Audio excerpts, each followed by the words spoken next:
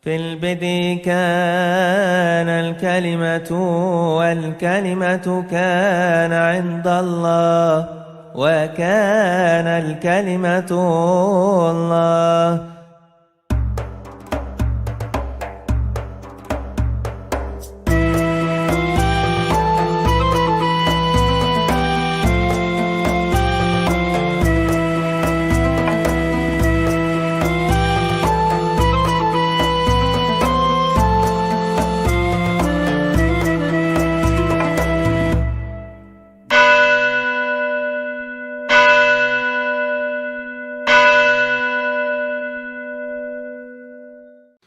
Shalom Alaikum Besem Hamasiyah. Nazaret adalah kota Yesus. Kota cukup besar yang dihuni oleh orang-orang Arab baik Islam maupun Kristen ini sekarang masuk wilayah negara Israel di Timur Tengah. Di sana berdiri gereja besar yang dikenal dengan Kanisah Al-Bisara, gereja kabar gembira. Karena menurut catatan gereja-gereja kuno, Bunda Maria menerima kabar sukacita akan melahirkan Yesus Kristus Sang Penyelamat pada tanggal 14 bulan Nisan yang bertepatan dengan tanggal 25 Maret. Karena itu dikenal sebagai gereja kabar baik. Orang-orang Kristen bersukacita di dalam menyambut Natal. Seperti setiap tahun mereka merayakannya dan dihadiri oleh ribuan orang yang datang dari semua penjuru dunia. Ketika terjadi masalah-masalah dalam kehidupan sehari-hari secara politik misalnya, gereja ini seolah-olah menjadi tempat pengaduan. Bagaimana mereka memperjuangkan hak-hak sipil mereka sebagai penduduk Arab Kristen di negara Israel.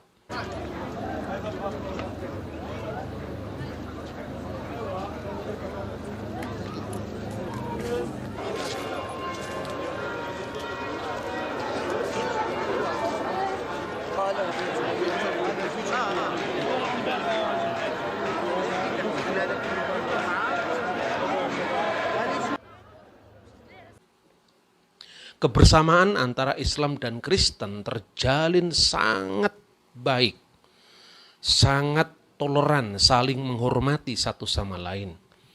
Bahkan pasar-pasar di sekitar kota Nazaret tidak hanya orang-orang Kristen yang menjual aksesoris-aksesoris Natal, tetapi juga banyak yang pemiliknya adalah orang-orang Muslim. Itu tidak ada masalah. Di sana dijual gambar-gambar atau ikon-ikon Kristus. Ada pula kaligrafi dari berbagai macam bahasa yang isinya ayat-ayat Alkitab. Misalnya, baik itu di dalam bahasa Inggris, bahasa Arab, atau bahasa Ibrani. Tetapi sayang saudara-saudara, seperti yang tertulis di belakang saya ini, ada semacam provokasi yang dilakukan oleh kelompok Muslim tertentu yang menekankan superioritas teologis mereka atas orang-orang Kristiani. Biasanya selalu dipasang spanduk-spanduk seperti ini. Dan isinya itu memang tendensius ayat-ayat Al-Quran yang bisa ditafsirkan menyerang iman Kristen. Meskipun tentu tafsirannya itu beda-beda. Misalnya yang tertulis di dalam spanduk yang ada di belakang saya itu berasal dari surat Al-Imran ayat 85.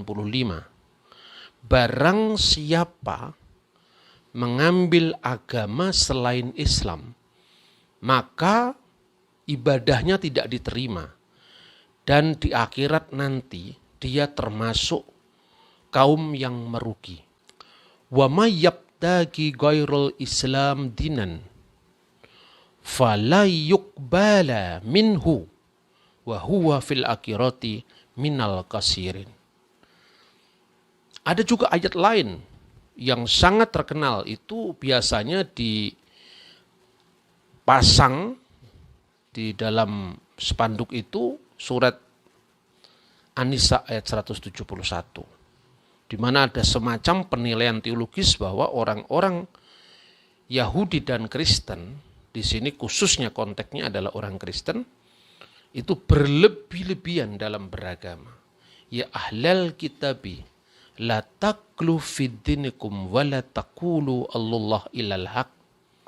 Wahai ahli kitab, janganlah kamu berlebih-lebihan dalam agama kamu. Dan jangan berkata tentang Allah kecuali yang benar. Innamal masih Isa bin Maryam Rasulullah. Sesungguhnya Isa al-Masih putra Maryam itu adalah Rasulullah.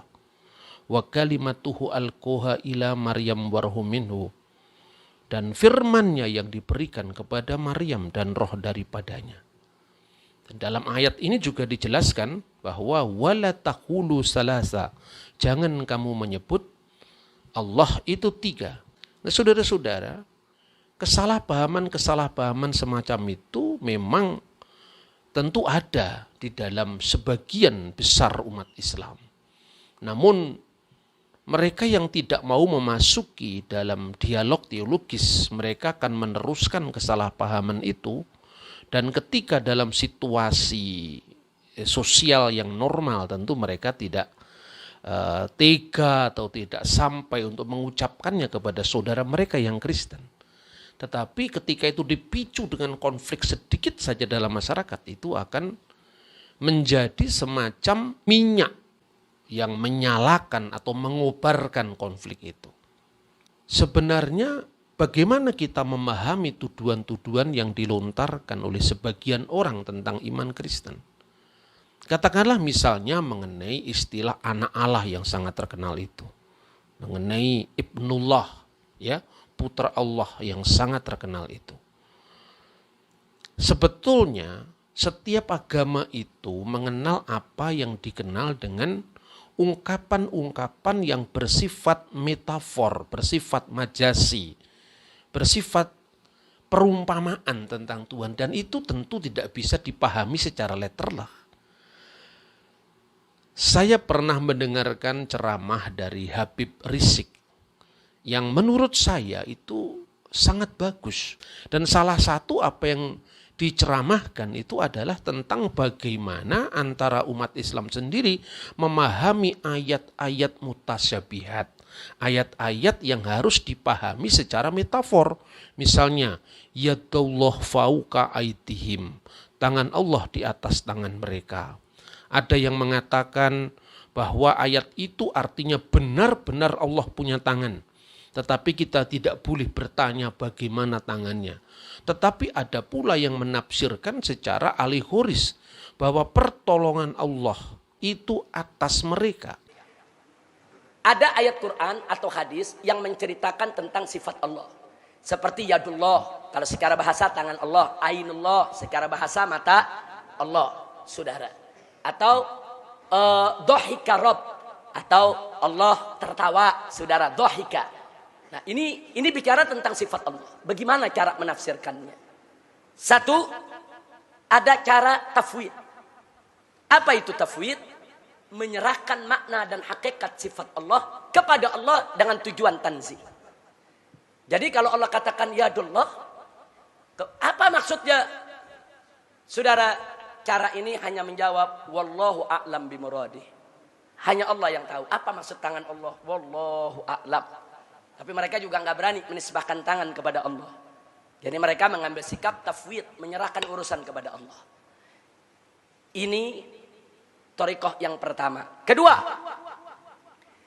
thariqah ta'wil. Apa itu ta'wil? Menafsirkan sifat Allah dengan makna majazi. Tapi tetap harus sesuai dengan aturan bahasa Arab yang benar. Manakala makna hakiki mustahil digunakan. Dengan tetap menyerahkan hakikatnya kepada Allah subhanahu wa ta'ala dengan tujuan tanzih. Tanzih itu mensucikan Allah dari sifat yang tidak layak. Nah, contoh apa? Yadullah fauqa aidihim, tangan Allah di atas tangan mereka. Kalau diartikan tangan Allah, ini makna hakikinya yang namanya tangan ini. Ada jari, ada kepelan, ini tangan, makna hakiki. Nah, menisbahkan makna hakiki kepada Allah mustahil dalam akidah Ahlussunnah. Kenapa mustahil? Karena ada ayat yang berbunyi laisa kamitslihi syai'. Enggak ada sesuatu pun yang seperti Allah. Nah, karena makna hakikinya mustahil, digunakan makna kiasan, makna majazi. Tangan itu dalam bahasa Indonesia boleh gak diartikan kekuatan? Boleh. Maka itu diartikan la yaudullah fauqa aidihim, kekuatan Allah, kekuasaan Allah di atas kekuatan mereka. Itu namanya ta'wil. Jelas tidak? Yang ketiga, thariqah itsbat. Itsbat ini menafsirkan sifat Allah dengan makna zahir, tapi tetap menyerahkan hakikatnya kepada Allah dengan tujuan tanzih. Contoh, yadullah fawqa aydihim, tangan Allah di atas tangan mereka. Mereka ditanya, ini apa maksud tangan Allah? Ya, makna tangan ma'ruf, kita udah tahu. Allah punya tangan, Allah yang sebut. Tapi bagaimana hakikat tangan Allah? Wallahu a'lam. Jadi mereka tetap mengartikan makna itu tangan, meyakini Allah punya tangan, saudara. Tapi mereka juga pada saat yang sama meyakini bahwa tidak ada satupun yang tahu bagaimana itu tangan Allah. Ini namanya itsbat. Nah, yang keempat, tasbih atau tajsim.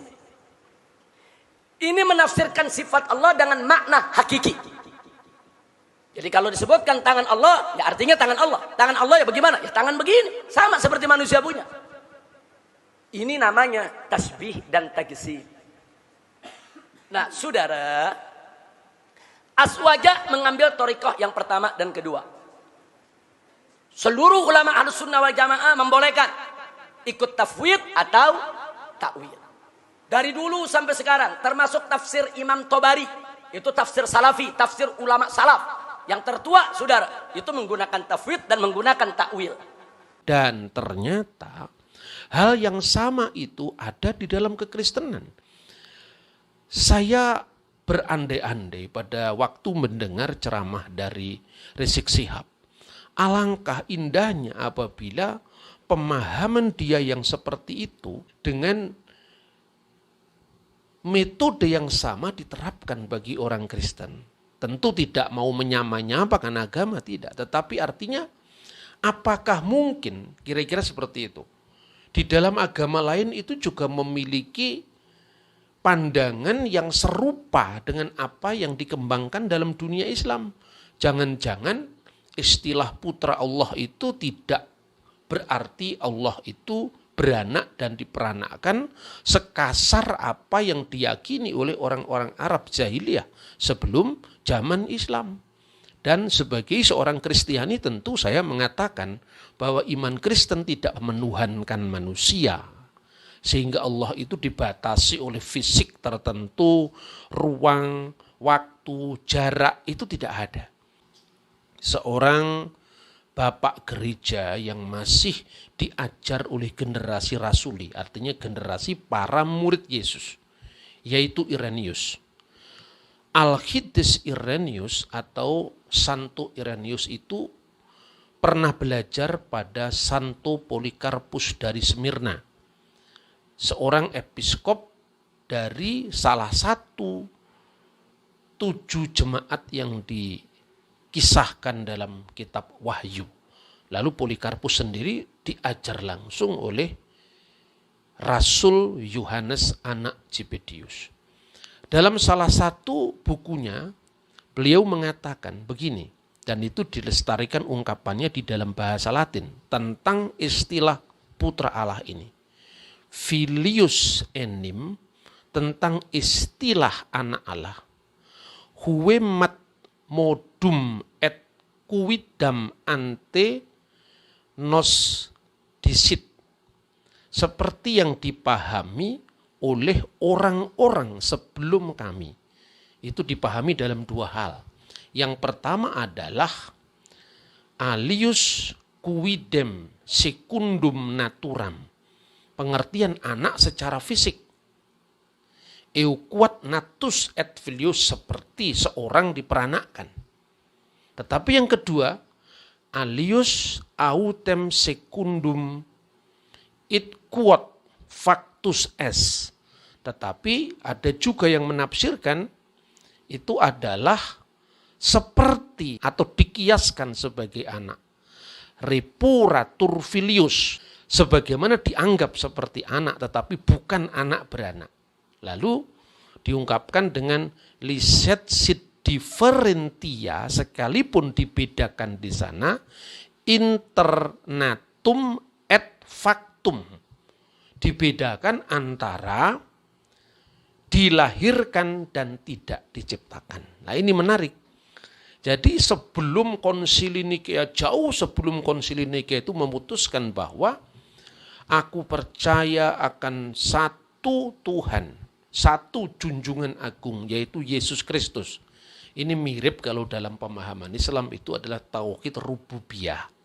Karena di sini kalau di dalam teks terjemahan bahasa Arab itu disebutkan wabir robin wahid, dan percaya kepada satu Rob. Apa ada dua Rob? Tidak, hanya ada satu Tuhan. Elohim itulah Adonai untuk seluruh alam semesta. Elohim diterjemahkan Allah, Adonai diterjemahkan Rob. Tetapi apa berarti ada dua Tuhan? Yang pertama Tuhan Allah, yang kedua Tuhan Yesus? Tidak. Dalam pemahaman iman Kristen, Yesus itu adalah firman Allah. Kalimatullah dalam Alkitab bahasa Arab. Dan firman Allah itu turun ke dunia menjadi manusia. Dalam kemanusiaannya itu dia diberikan kuasa, diberikan otoritas untuk menjalankan kekuasaan Allah tadi. Makanya segala kuasa baik di surga maupun di bumi telah dilimpahkan kepadaku. Ada otoritas yang diberikan kepadanya. Misalnya, Tuhan Allah itu adalah satu-satunya hakim yang adil.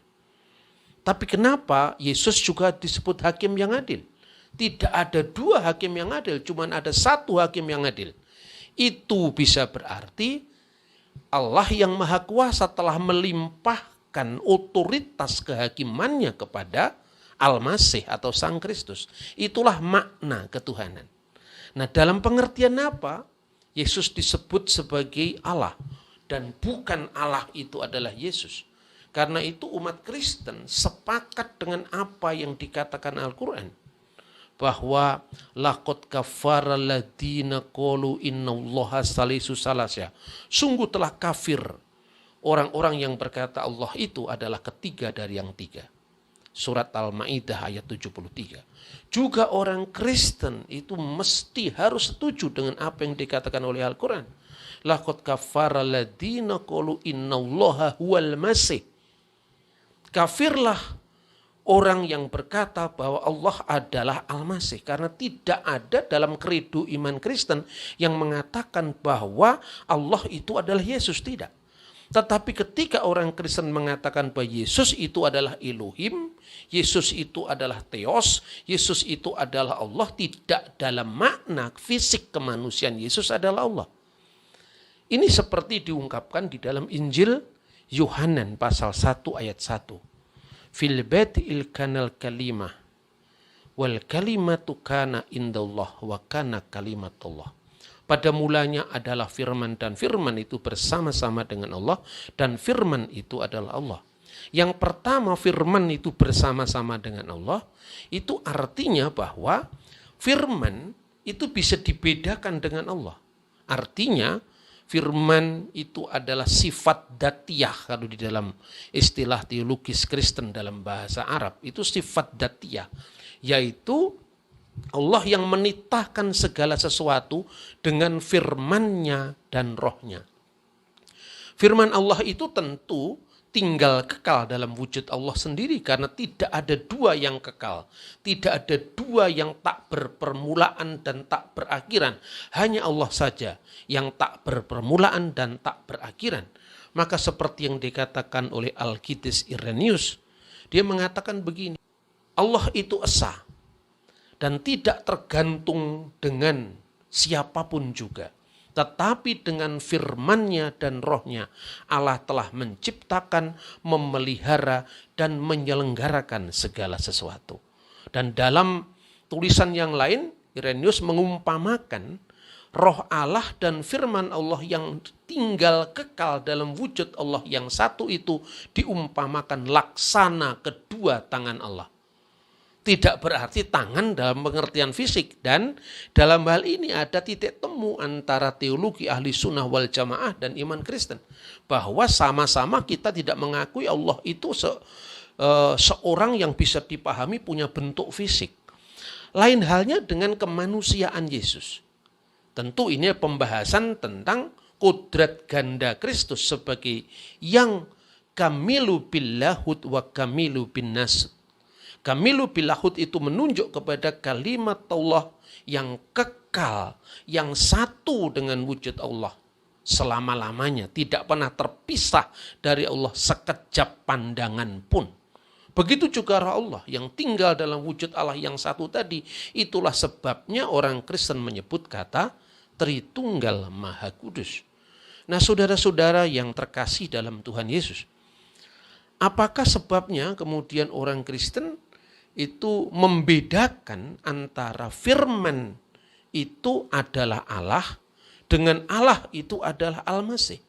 Sebab kalau Allah itu adalah Al-Masih, artinya Allah itu dibatasi oleh wujud fisik Yesus di dunia. Maka ketika Yesus itu adalah mati secara fisik kemanusiaannya, maka Allah bisa mati. Dan itu ditegaskan di dalam Alkitab, misalnya 1 Petrus pasal 3 ayat 18. Dia yang dibunuh dalam keadaannya sebagai manusia. Jadi yang kelihatan, yang menderita, yang lapar, yang dicobai, itu adalah firman yang menjadi manusia, yang sepenuhnya manusia. Yang bisa kita lihat, yang bisa kita gambarkan secara fisik seperti ada dalam ikon-ikon gereja itu. Tetapi di balik dia yang kelihatan itu, ada yang tidak kelihatan. Sebab bicara tentang Allah tentu sesuatu yang tidak terlihat oleh mata, tidak kasat oleh mata, tidak terikat oleh ruang, tidak terikat oleh waktu, tidak terbatas oleh jarak. Itu bicara tentang Tuhan. Nah, dalam pengertian ini, saudara-saudara, maka kata turun untuk Tuhan itu tidak bisa dipahami. Dia harus meninggalkan satu tempat, satu ruang dan memasuki ruang yang lain. Dan ruang yang ditinggalkan oleh Tuhan itu berarti ruang yang kemudian kosong. Nah, coba perhatikan. Di dalam agama apapun, pemahaman yang sifatnya itu adalah mutasyabihat atau metafor ini selalu ada. Misalnya, itu juga menjadi perdebatan di kalangan ahli-ahli ilmu kalam Islam. Yanjilu Rabbuna tabaraka wa ta'ala kullu lailin ila sama'id dunya. Maka Allah yang maha terpuji dan maha tinggi pada tiap malam dia telah turun ke langit dunia. Nah, ini pun di dalam ilmu kalam juga menimbulkan perdebatan. Sampai-sampai dari golongan Wahabi yang menafsirkan ayat ini secara harfiah. Kalau dikatakan turun, ya turun beneran. Seperti itu, kalau tidak salah. Karena memang itu bukan bidang saya, tetapi saya sekedar ingin membandingkan bahwa problem yang disebut mutasyabihat itu ada dalam setiap agama. Dan tentu saja artinya ketika Allah itu turun pada saat malam hari, padahal dunia ini bulat. Nah, berarti ketika Allah itu turun di satu tempat, satu belahan dunia yang sedang siang dia tidak bisa menyaksikan atau tidak pernah mengalami turunnya Allah itu karena sedang siang. Di belahan dunia yang lain itu sedang malam, makanya merasakan bagaimana turunnya Allah. Apa seperti itu? Itulah sebabnya kenapa di kalangan kelompok-kelompok Wahabi itu sekarang mencoba untuk mengajarkan bahwa bumi ini datar supaya malamnya sama, kira-kira seperti itu. Nah, saudara-saudara yang terkasih dalam Tuhan, jadi setiap agama itu memiliki apa yang dikenal dengan ayat-ayat mutasyabihat kalau saya bandingkan dengan Islam. Makanya sebetulnya dialog teologis adalah jalan yang terbaik untuk bagaimana umat beragama saling memahami satu sama lain. Jangan Nazaret yang sudah damai, di mana kehidupan Islam dan Kristen ini sudah sangat baik.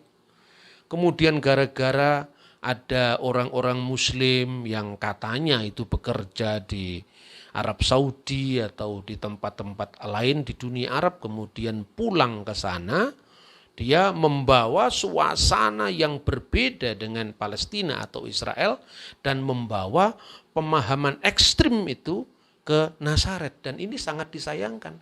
Jangan-jangan ini juga terjadi dan sedang terjadi di Indonesia.